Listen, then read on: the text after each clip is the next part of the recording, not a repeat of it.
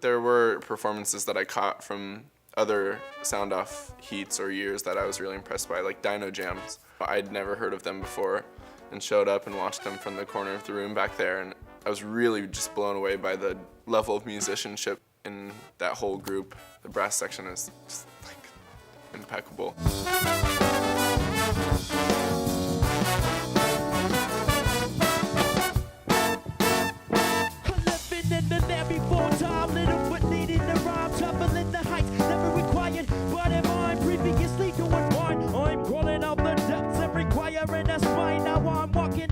The very best was calling the bands who had been chosen as semi-finalists, and there was always lots of screaming and, you know, presumably jumping up and down on the other end of the line. There was one time that I called the band and the band wasn't there, but I got hold of their mother, and I think the mother freaked out more than any of the kids would have. And it was a really profound reaction that I can't say what she said, it was not appropriate, but she was very proud of her kids. It was awesome. When we found out that we got into Sound Off 2010, I was riding the bus home from school, and I walked into my grandma's house, fresh cookie smell.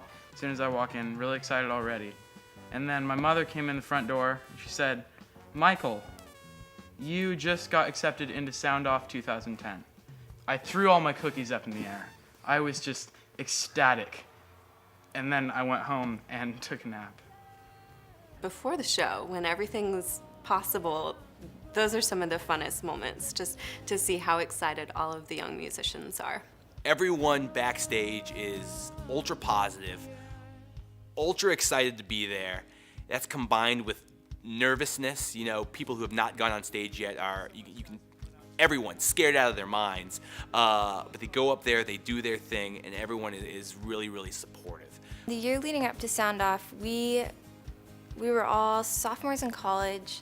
We ended up making a goal over the year of trying to record 3 times and do Sound Off and just play a bunch of shows locally. We were really nervous, we were really excited, and we wanted it to be as good as possible, so we just spent 2 months playing the same 7 songs over and over again.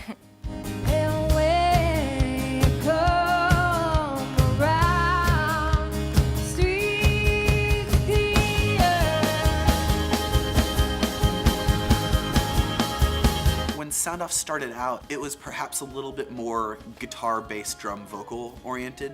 I think they make a very concerted effort, especially the last couple of years, of finding different artists from different genres doing their thing. I feel like they do a very good job of plucking kind of the best from each of those communities. Like, we'll take this from the hip-hop world, this from the singer-songwriter world, this from the indie rock world, and those are the semifinalists. I remember one year we had a really eclectic lineup. We had Kids Get Hit by Buses.